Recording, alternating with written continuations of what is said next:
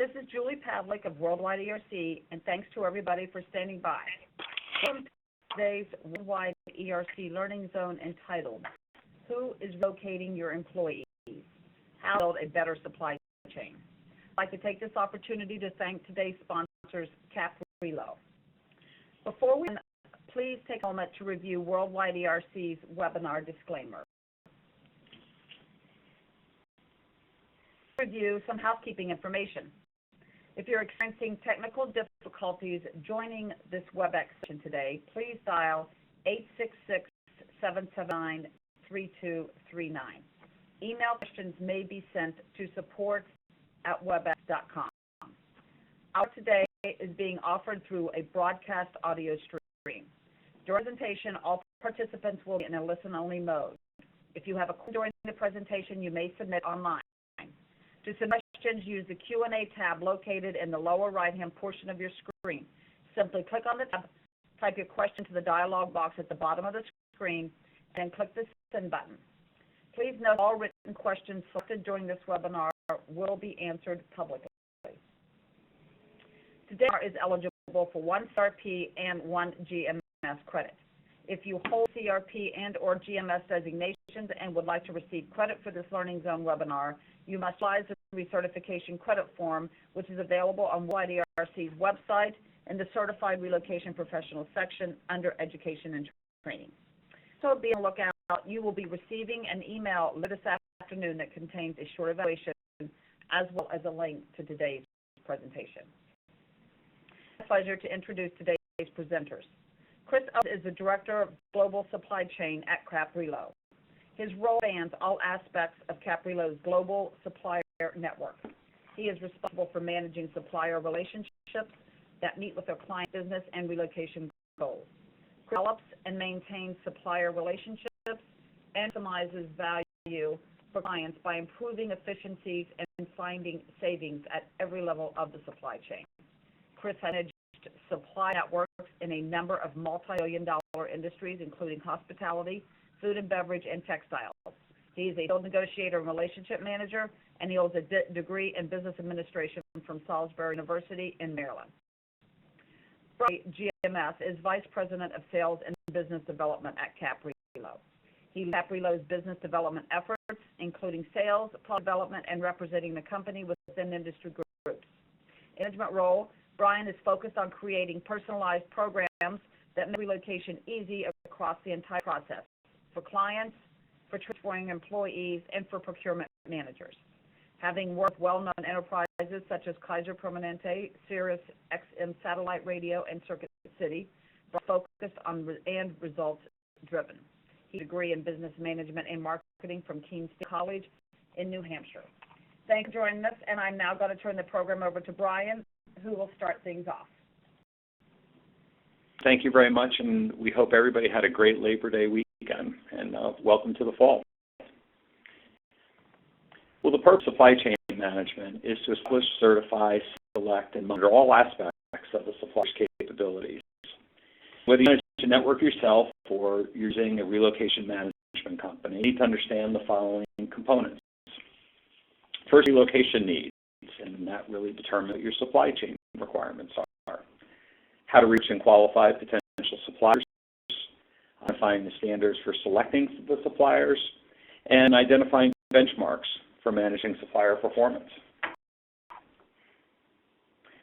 Person for your company's relocation management, you have responsibility to support core capital business objectives.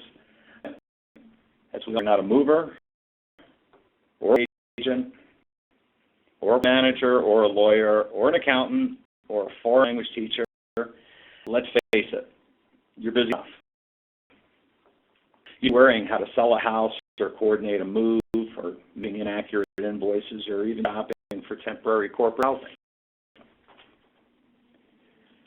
You need to be spending your time doing what you do best. So it's not about being an expert in the tactics of supply chain management.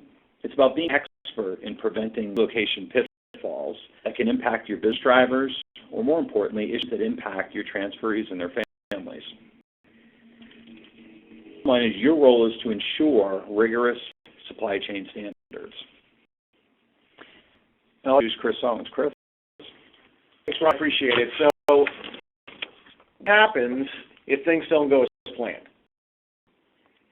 Back to the organization, if components of the relocation process does not happen seamlessly. Specifically, if a supplier does not execute and relocation milestones are missed, that's important to the organization. Transferee is not in place as planned. The transferee isn't at point B when needed, or experiences difficulties that distract from core responsibilities. Will economic effects on the organization? Will affect your transferee morale? So you can imagine all of these things are key components that at any point in the process there could be significant situations that affect multiple aspects of this process. Going through, we pay more. In terms of the fact that if there's additional costs involved, not only to fix the problem, to regional events, etc., refigure timelines, but what's the cost in terms of time? When it doesn't go as planned, cost to you to have to problem solve, alternate solutions. Are there legal risks associated with supply and performance issues? Based on contractual relationship, does the supplier have proper insurance coverage? Protected against negligence? Are you notified? Which is protected against damage or loss sustained? There are expenses that are incurred throughout this, not to mention simply your risk as a third-party aspect in this process. You are at risk as well, and there is either direct or inferred costs that go beyond just simply paying more initially for a product or service. So, what do we want an effective supply chain to do? So, business goals of the organization. Chain management will search for the suppliers that qualify their capabilities, formalize a relationship, accomplishes the organization's objectives, and measure performance. A very long-winded speech to say, what do you hope your supply chain management to do? But it's important to kind of keep these in the back of your mind because, again, there's a lot of process, and what you'll see throughout this discussion is it all interconnected, interrelated. First, go ahead and sell the suppliers themselves that will meet your goal. And I think that the header itself, finding suppliers is easy, selecting the right ones is the hard part. I think it's prophetic. While the golden age of technology brings the world to your computer, how easy is it to choose the right partners? And traffic as well, places emphasis on partners. There are many components involved in relocation, and how many for each component would be ideal. So these are all things that take into consideration when you make sure that you have the right supply chain management. So first, you research and qualify your suppliers. Reaching suppliers will dig deep into quantifiable as well as subjective measurements. You've identified your organization's relocation needs, but through specifically things that you want to consider when you're doing this. Reliability. These are fairly intuitive, but I think it's important to look at them in specific details. Reliable suppliers, if they let you down, they lead you down. What is the risk to you and the transferee? Quality. Service. Quality needs must be consistent. The tool will associate poor quality with the policy or organization, not necessarily the supplier. Value of the money. As with things in life, the lowest price does not always mean the best value. So the value is always going to be the balance between cost, reliability, quality, and service. Service and clear communications. What is the risk of an organization? What is the risk to the organization if this whole process doesn't happen on time? What if there's catastrophic failure? There's a cascading effect on the numerous pieces of the relocation process. So you can understand the importance of a more collaborative relationship with suppliers will improve the speed and identify risks as possible so you have more time to recover from any disruptions more quickly. That can be done will bring better value to you and basically limit or minimize the exposure, especially if you're looking at the relocation process as a significant function of time. A hard date, a hard stop date. Financial security. A routine is risk to organization and disruptions in supply chain. Financial security is another facet to reduce risk. By having a supplier's revenue position, financial references, company plans, and third-party ratings. And finally, in this section, then what's probably near and dear to my heart is partnership, the partnership aspect of your relationship with suppliers in the process. A relationship is beneficial for both sides. Working together results in lower costs, improved quality, and clear understanding of the capacities and capabilities of both. A beneficial relationship is one that is high trust and communication that develops a strong and positive relationship and is the key to supply chain success. Through this process, and you're going to hear me say this term a few times, is vetting. We love vetting in supply chain management. And basically what it is, it's a main tool for us in supply chain management to ensure stability, resources, and expertise necessary to meet the relocation requirements for your organization. So the supply background is we want to know in terms of what the type of company they are, if they're privately owned or publicly traded. Public companies have a greater degree of public records to draw from research and comparison purposes. How long has the company been in business? Business culture, usually companies like to tout this. You can find this in a lot of different publications. They like to say this at every opportunity, but it's important because culturally speaking, it's something you'd like to measure against your corporate culture. Reps and trade associations. This is a great resource for annual references and their capabilities, as well as peer review. And I can tell you that probably one of the most important things, how your peers rate the specific suppliers. They're a great knowledge base, but they're also a significant and free-flowing piece of information to tell you how well they do or what experiences that they've had. Indications. They instill confidence in meeting an industry standard. In cases, validate their capabilities and evolve to ensure relevance. And what I mean by that is the very specifications or requirements for a supplier to be rendered within their industry metrics for WRC and SHPA, for example. They update those on a regular basis and have to meet their requirements. So that is a good indicator as to whether or not they comply with those general industry standards, and it's something as a supply chain management professional gives me a great resource to make sure that they're staying up to speed with those folks. Safety record, an example, U.S. Department of Transportation. And this is a specific example, but again, one of my recurring themes is risk mitigation.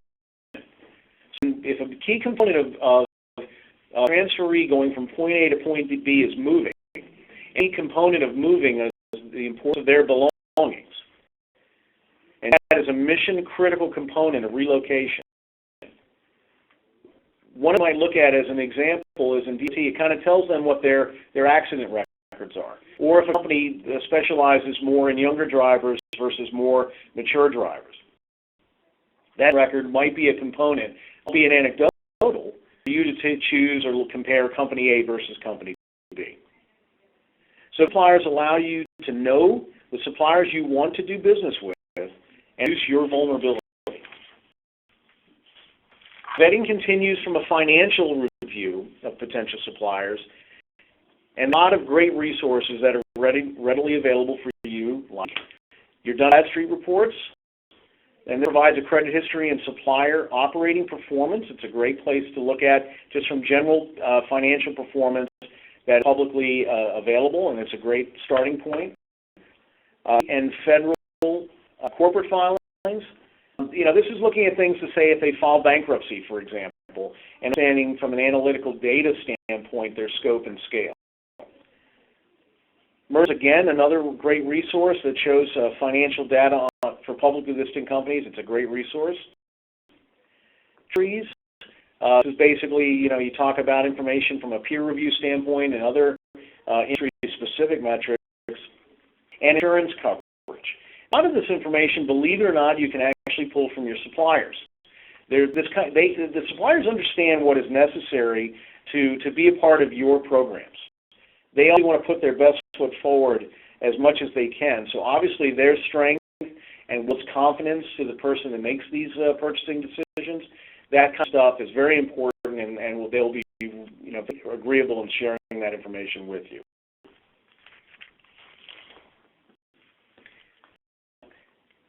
Make some sense of all of this. So you've vetted your suppliers. Now what? After dating the potential suppliers you have, and you've gained a level of confidence that they can deliver to your requirements.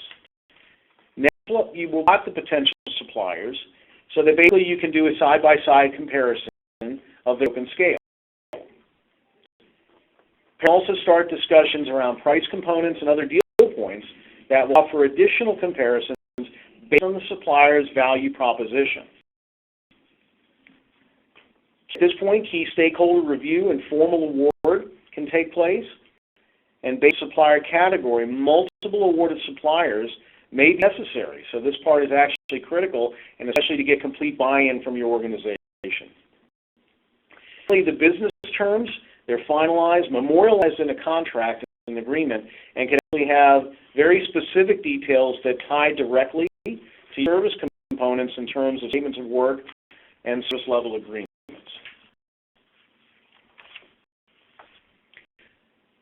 Glad, and it's you basically feel pretty confident that you've vetted them, you've looked at them, you make sure you're comfortable with the suppliers.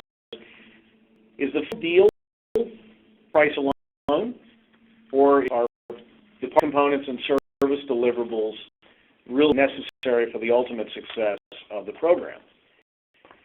I tell you, and this is from personal experience, that while the other components have their value, I think at the end of the day, that the partnership and service components that you actually build in your deliverables can be more important in terms of the execution of your relocation program than simply the financial metrics saying that I get a better price from supplier A versus supplier B. So you beat these suppliers bloody, that's great. But can sustain prices? That's something that you should ask for to make sure that you have that together. For example, in that, if you're looking at the price point, which again, I don't want to minimize, but I think as you see, there are other components that are important. But asking the specific questions about whether or not the pricing is sustainable. So if you get great prices in year one, high prices in year two may not be of value to your organization if you were to do some net analysis. So that's a factor in determining what you should look at when you're measuring the financial component, company A versus company B. Make a new relationship take full advantage of their industry leadership. You'd be surprised, again, the term partnership does take into consideration the value of supplier's brand equity as well. Actually bring value and confidence to everything down to the transferee, for example, when they have confidence on a highly recognizable provider. So take advantage of that. On the fact when you're defining the service levels in aspect, you can actually get specific on this. Components of the actionable items. I think that's critical. It's all well and good to say that I want 98% customer satisfaction, but if you have nothing actionable against that, what does that mean? I think that a lot of companies would actually be tasked when you put to them, say, great, how do you measure against that? And what kind of plan do you have in place to ensure that? You can also build in scenarios that can basically hold them financially accountable for that. Specifically, in previous contracts I've done, I was able to put in penalties if they did not maintain a level over some period of time. And these kind of components will, one, weed out the weak, and build a comfortable, and these are things that you can tout to your customers, your employees, to say, why can we share with you not only is our policy sound, but the execution against that policy is dated by the contract in terms of clearly definable, actionable service levels. So that's why I think these are very clear, and you should not be shy to ask for those components, and most suppliers would agree. And I think the key component here, I would say communicate, communicate, communicate. So if you have a clear channel directly with the decision makers, oh, and by the way, defend the decision makers. You're in your contract, a clear example of who, at the end of the day, is responsible to deliver this program to your transferees. The person is on the hook and is accountable both from the organizational standpoint as well as the customers. And that physical presence will make sure that a lot of things get done and build confidence that there's a single point of reference or a group of people that are solely responsible for the service aspect of. And to do that and develop it, that will definitely enhance that relationship as well as execute against your requirements. So you've done all this hard work, it's paid off, you built a supply chain, but what's done, management ensures real results and actions to continually improve performance. I want to stress that for a moment. Is that again, it may be from a reaction standpoint that you've got even a high confidence of the supplier aspect of it. You have it memorialized in the contract to go into a drawer. No, it's an ever-living document that is actually managed going forward so that you can not only extract the most value, be able to adjust and change as the industry, as your business, or as innovation that the suppliers have to take full advantage of that partnership. And again, this isn't a one-way street simply saying that as the customer of the contract, it's a requirement. It benefits both in terms of cost savings and efficiencies to bring better value that at the end of the day, the transferee would actually benefit from that. So, making the program, you want to do this in terms of regular reviews, all into the supply service delivery, accounting, etc. Think of this as a frequent report card. Now, these are the more formal, and a lot of people will cringe against this, but at the same time, this is a more formal review of the supplier service, and it can be service delivery, it's not just financial. I talked about a moment ago to say if you have specific service components built into the contract, they are auditable metrics. It is something, again, that you can actually use as a marketing for your ability to go back to your stakeholders to say this is the importance of a properly managed supply chain in terms of the success of the organization. This is a key tool to help you deliver that. And this is something that, again, is validated by internal mechanisms that, have things that you can actually compare against the information that's provided by the supplier as well as your internal mechanisms. Much function should be automated, and obviously for a quicker receipt and review, but I think it's probably more critical that if it is done on an automated basis, you have a much quicker turnaround for any kind of remediation that's required. And I think, as anything, is time is money, and ability. I'm a big fan of things going well. As we all know, that doesn't always happen. In a lot of cases, from a supplier perspective, you can have a greater level of confidence how quickly they resolve an issue. That's something that, again, through automation, you can identify a problem more quickly and solve it more quickly. And then formal reviews. Now, you may ask, how is this different from other scenarios of the report card or audits? This is more face-to-face, regularly scheduled twice a year, once a year environment that, while it does look at historical data, how well we're doing, I think it's more important to use this aspect to get with the supplier from a partnership standpoint and look at it, how can we improve the relationship strategically? What does the supplier, what's happening in the industry that could cause problems that we can avoid? What does the supplier do differently from an innovative standpoint that can help us do what we do better? And that interaction face-to-face is critical to the constant ongoing improvement of the relationship. So again, I have to stress that it is not simply, resource award and stick in a drawer. This is an ongoing process, and it is critical for the success of that relationship, which again means success of the organization. Now, there are some critical components within relocation that have, that speak to this exactly in terms of the service level agreements and statement of work.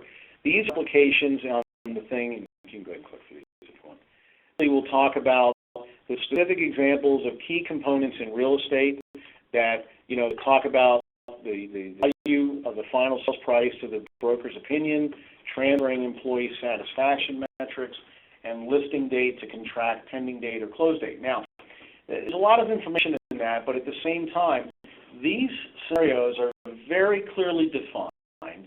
And from an actionable standpoint, we use reports that will actually measure that so that we can find out if there's anything geographically that's causing issues that we have to address, if there's a consistent issue from a transferee standpoint that's not working the way it should be working. And this is probably, again, an example of very, very dirty reporting so that we can make changes and react to scenarios to help, again, the end deliverable do it more than where it needs to be. Similar with household goods movers. I mean, you look at the following components in terms of transferee satisfaction, delivery of paperwork to move management, and so forth. What's interesting about these is that, a lot of these, maybe this is the ongoing management of supply chain.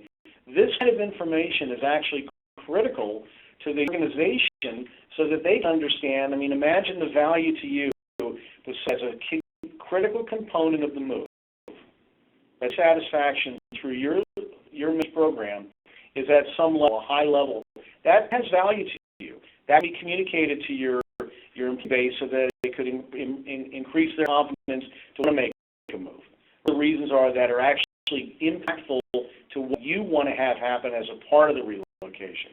These seem like down and dirty details. The reason that I bring these up is so that you understand that it's a value to you to actually have successful metrics on these components, and can you use them in the value proposition in your organization. And I think it's important to understand them, and at the very least, whoever you're working with, if there's something you're doing in-house or through a relocation management company or just making it directly, these are key components that should be developed in your relationships and should be measured on a regular basis. It's really great information. We have a baby supply chain, and that's fantastic. So think about what you've done. You've successfully qualified your suppliers, then again, qualified your suppliers against your organizational needs. And that's important because, again, that should be your benchmark. How it's like the 6 degrees to Kevin Bacon.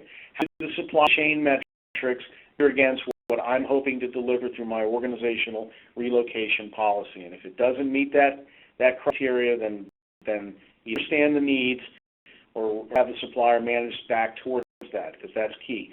You can't do it if they're not doing exactly to your planned opportunity. You have great suppliers in place that will the relocation process. The critical part of all this is then you can focus. You've made the level of confidence is high.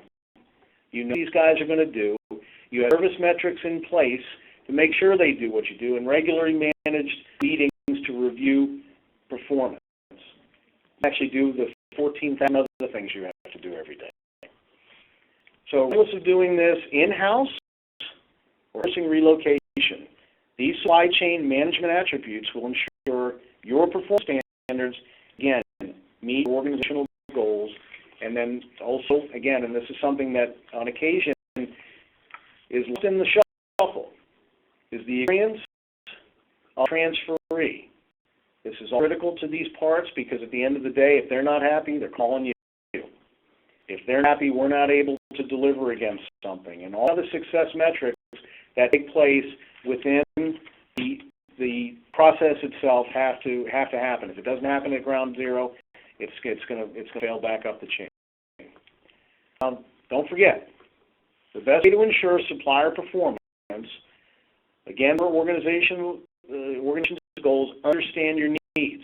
Clearly articulate those in every document that goes out in terms of your research or vetting and even the end of the day, contract development with suppliers. Due diligence. The more we apply to researching suppliers will help your success goals and the right supplier. Be clear about expectations, both you and your suppliers. The processes after the fact are harder to correct. And finally, transparency. Transparency is assurance. All aspects of a supply offering, cost structure, as well as what is required from the supplier needs to be easily understood, very clear, and candid. Because you've got to explain that elsewhere, up down the chain. Be able to communicate it, and if you can, or if there's a lot of complexity built in, it does help anybody. And the beauty of this is, understand that too, because that's their value proposition. And I think that's it.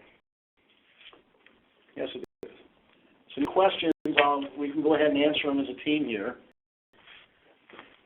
Yeah, I've had questions come in as we've been talking. We've come up with some really good points, and thanks for Chris.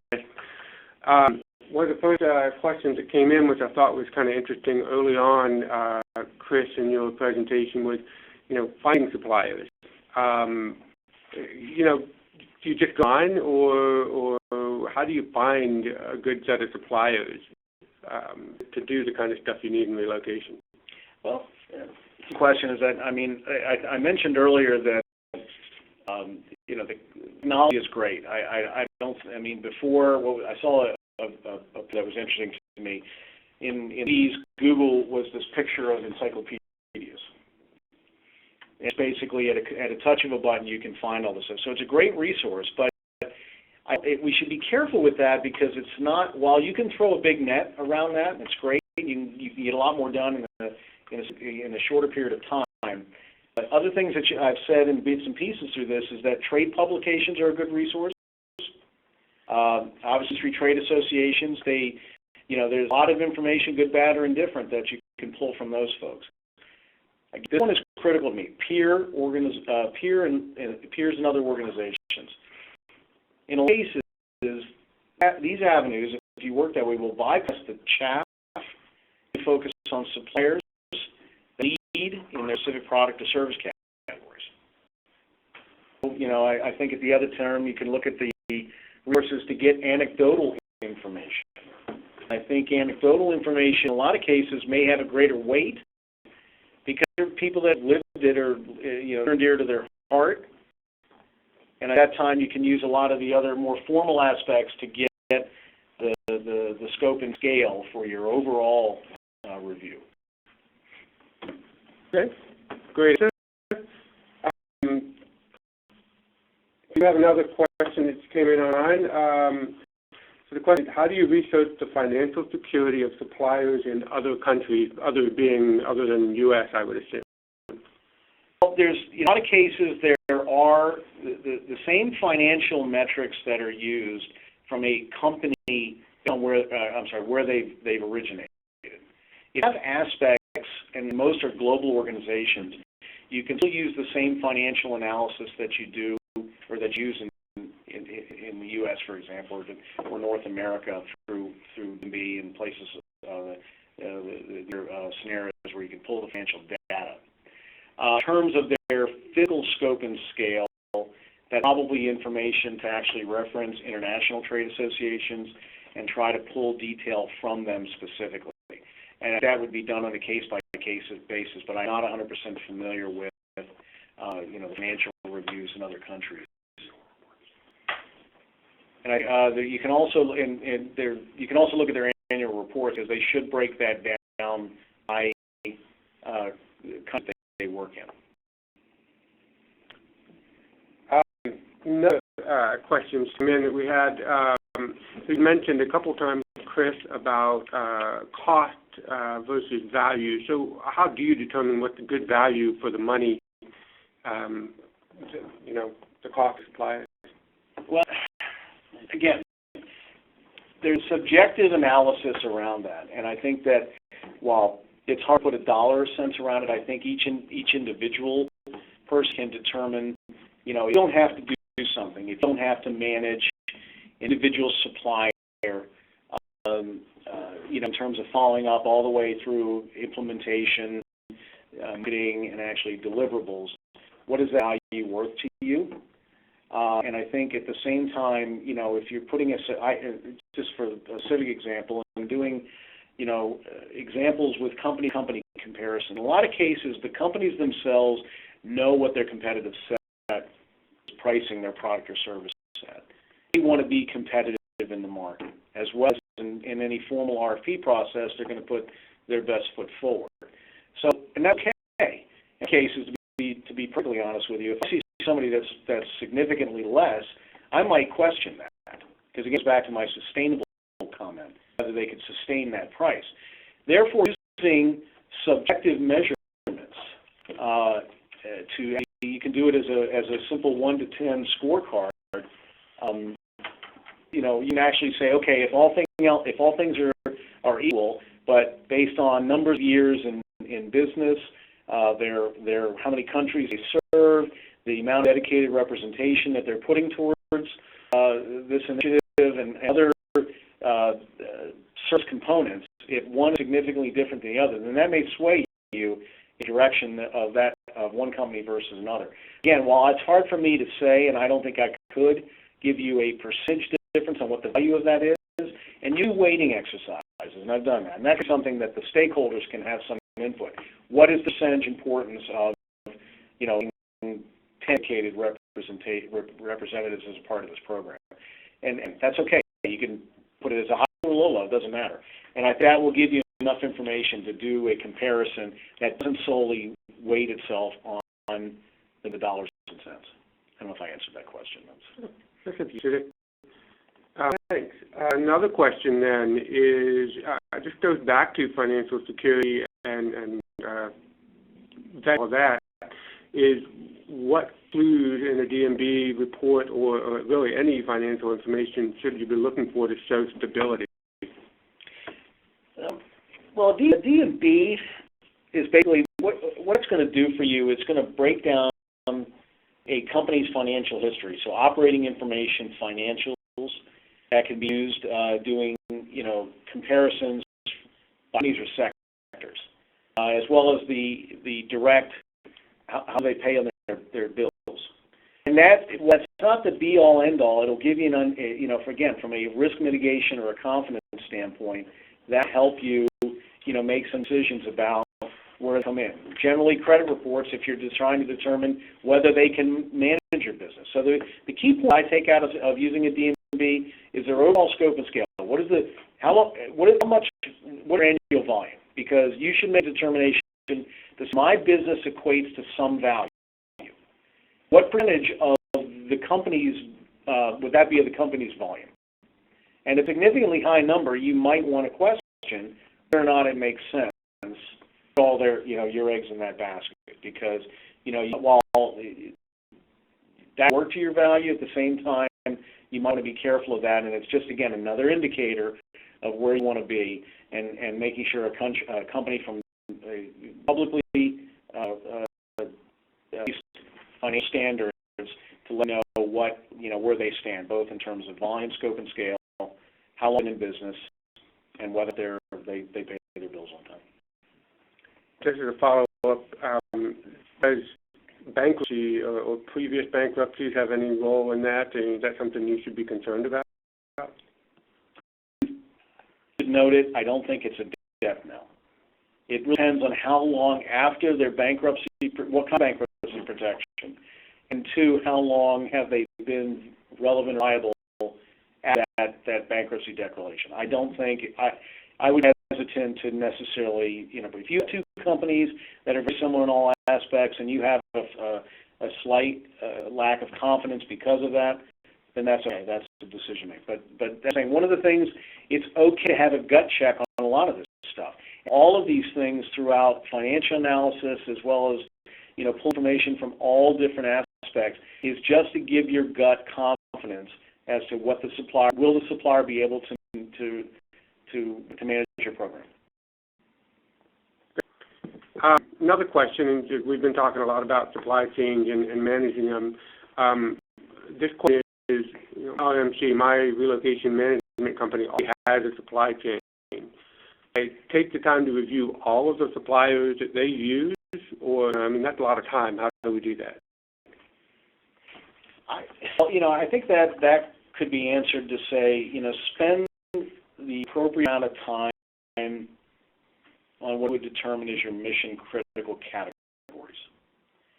So, what they are. If they're responsible for a majority of your relocation business, or the most complex, or have the most challenges associated with it, all of those might give you direction in terms of where you would apply your focus.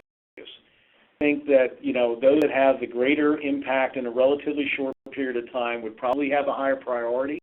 It might be moving smoothly, or, an area that from an industry standpoint or other metrics you don't see would have a great impact to your business at the current time. That is an ever moving target, but financially what it does to impact your business, or again, it's just something that's causing difficulties. These are ways, because again, you could have a lot of suppliers in this relocation world. You have multiple suppliers by category. You got lots of categories. So I think that the amount of time an individual or individuals can spend on it is going to be limited to make sure you maximize their efficiencies as well. Great. It looked like the flow of questions slowed down a little bit, but we've got one last one here. So how do I make sure the rates the supplier quotes are sustainable? So if they sign a contract, don't they have to live with it?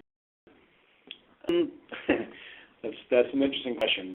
Yes, but if they don't, what happens? Do they leave the contract, or you default them? So that's an interesting question, because in terms of the supply chain standpoint, the bidding process, again, one of my overused statements is that they're going to put their foot forward. And as the supplier patient is multiple components. And it goes back to, if you consider everything else the same, if something doesn't feel right, that question. If they come in, for example, a lot less, why are you so much less? Because, again, they should be able to answer that question and be right. Can you hold that for 2 years? Can you hold that for 5 years? So never be afraid to ask the hard questions, because, many suppliers are going to last long in any business. Doing the, what's the term I'm looking for? It's not going to be sustainable. If they have a certain margin that they have to live with to be successful in their own right. So again, this jumps around to many components. Partnership. The partnership includes their success. They not have success if just trying to buy the business. So if you can and you have assurances that they can sustain it, then put components into it, make penalties that they do sustain. So I've met that before. Sometimes it's a jerk. You're probably going to say, well, let's sit down and think about that for a moment. That's great. I'd like to thank you for sharing your knowledge of supply chain, far more than my own. Thank you, and Glenn also for getting it kicked off there to start. Julie, I assume you've got some couple more comments to make before we wrap up for good here. Thank you very much, Jim. And I'd like to piggyback on your thanks to Chris and Brian as well. That was a great information. It was very helpful. So thanks again for sharing all that with us. And also a big thank you to Caprilo for sponsoring today's webinar. You've got a great audience. I'd also like to thank you for joining us. And we'll always remind you to keep an eye out on our website. We're constantly adding new Learning Zone webinars, and we certainly do enjoy you participating. So with that, I'd like to say thanks again to our speakers and to Caprilo. Thanks for our audience for participating. That's the end of our webinar, and everybody now disconnect. Have a good afternoon.